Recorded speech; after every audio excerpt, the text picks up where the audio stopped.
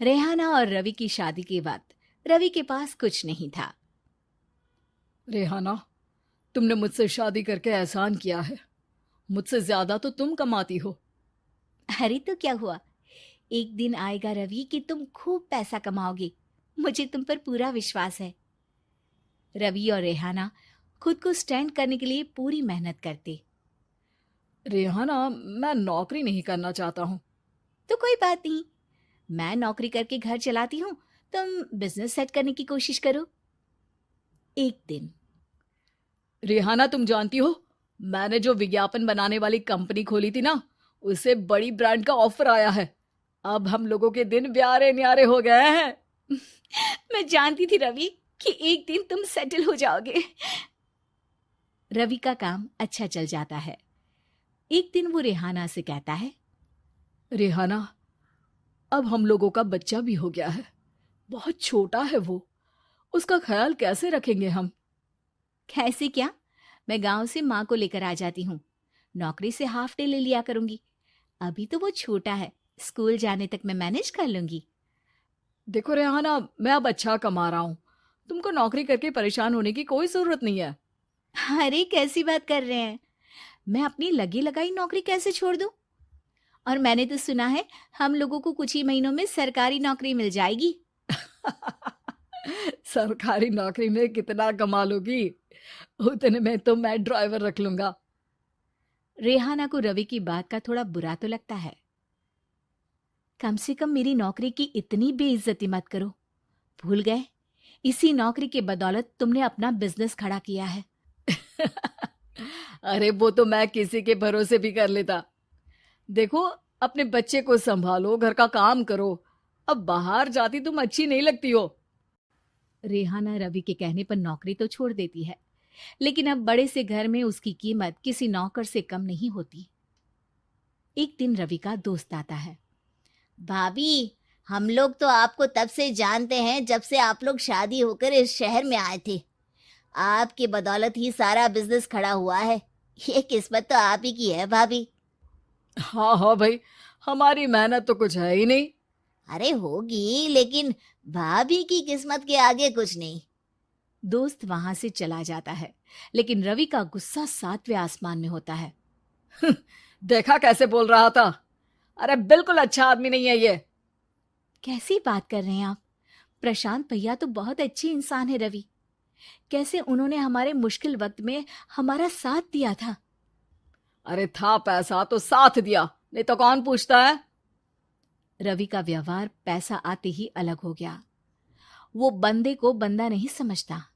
घमंड से घिरे रवि ने तो एक दिन हद ही कर दी।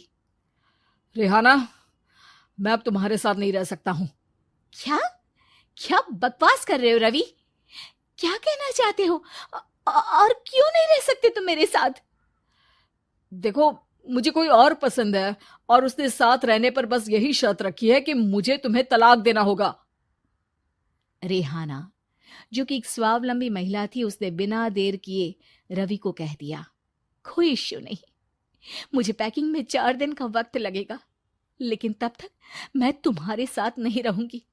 4 दिन के लिए तुम कहीं और शिफ्ट हो जाओ, मैं घर से निकलूंगी तो बता दूंगी। रवि घर छोड़कर चला जाता है। रेहाना को दुख होता है, वो रोती है, लेकिन व्यवहार से स्ट्रांग रेहाना को पति के वापस आने का और उसे सबक सिखाने का पूरा भरोसा था।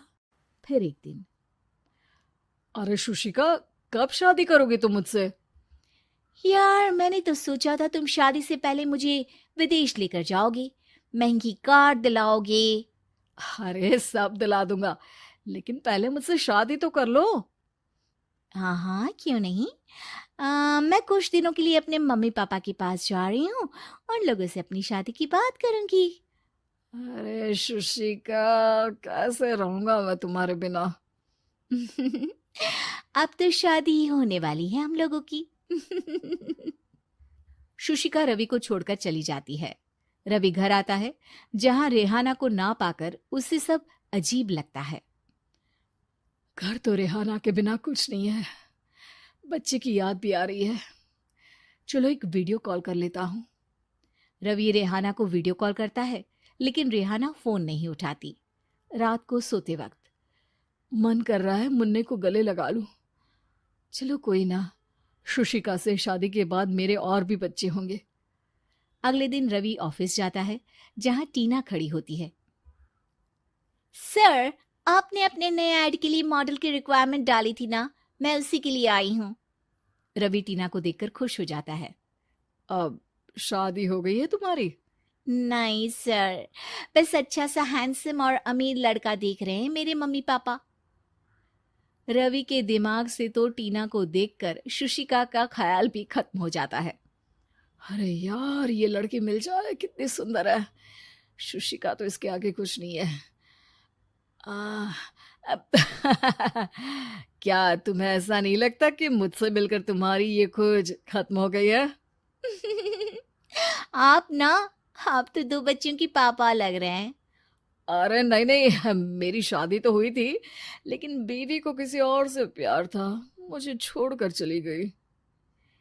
खैर, टीना की दोस्ती रवि से हो जाती है, लेकिन 1 महीने बाद शुशिका रवि के पास वापस आती है। मेरे मम्मी पापा तुमसे मिलना चाहते हैं, लेकिन उन लोगों को ये मत बताना कि तुम पहले से शादीशुदा हो, और हाँ, शादी से पहले अपनी सारी प्रॉपर्टी तुमको मेरे नाम करनी होगी। अरे पागल, अब मैं तुमसे शादी ही नहीं करना चाहता। भला ऐसी लालची औरत से कौन शादी करेगा? तभी वहां टीना आ जाती है। रवि, ये पागल सी औरत कौन है? देखो, तुमने ही कह दिया ना पागल, तो पागल ही है। पता नहीं कौन है, कह रही है शादी कर लो, लेकिन शादी से पहले अपनी सारी प्रॉपर्टी मेरे नाम कर दो। बोल तो सही रही है। वैसे तुम जानती हो, मेरी एक सहेली है, उसके पति ने उसे पैसा आते ही छोड़ दिया, जबकि उसको खड़ा करने वाली ही मेरी सहेली थी। और मुझे भी भरोसा नहीं है। अगर मैं भी तुमसे शादी करूंगी तो तभी जब तुम मेरे नाम अपनी सारी प्रॉपर्टी कर दोगे। अरे हाँ हाँ, क्यों नहीं, बिल्कुल कर दूंगा। रवि और टीना की शादी की तारीख तय हो जाती है। वो अपनी सारी प्रॉपर्टी के कागज लेकर शादी वाली जगह पर पहुंचता है, लेकिन वहां टीना आती नहीं। रवि टीना को मैसेज करता है। कहाँ हो? सॉरी, मैं तुमसे शादी नहीं कर सकती, मुझे तुमसे भी ज्यादा पैसे वाला मिल गया। रवि को गुस्सा आ जाता है। वो गुस्से से सारा डेकोरेशन तोड़ रहा होता है कि वहां रेहाना आ जाती है। सर, क्या हो गया? क्या डेकोरेशन पसंद नहीं आई आपको? तुम यहाँ क्या कर रही हो? मैं यहाँ की डेकोरेटर हूँ। क्या आपको पसंद नहीं आई यहाँ की सजावट? रवि दौड़कर रेहाना के गले लग जाता है। मुझे माफ कर दो रेहाना। रवि रेहाना के गले लग जाता है और रेहाना टीना को थैंक्स का मैसेज करती है।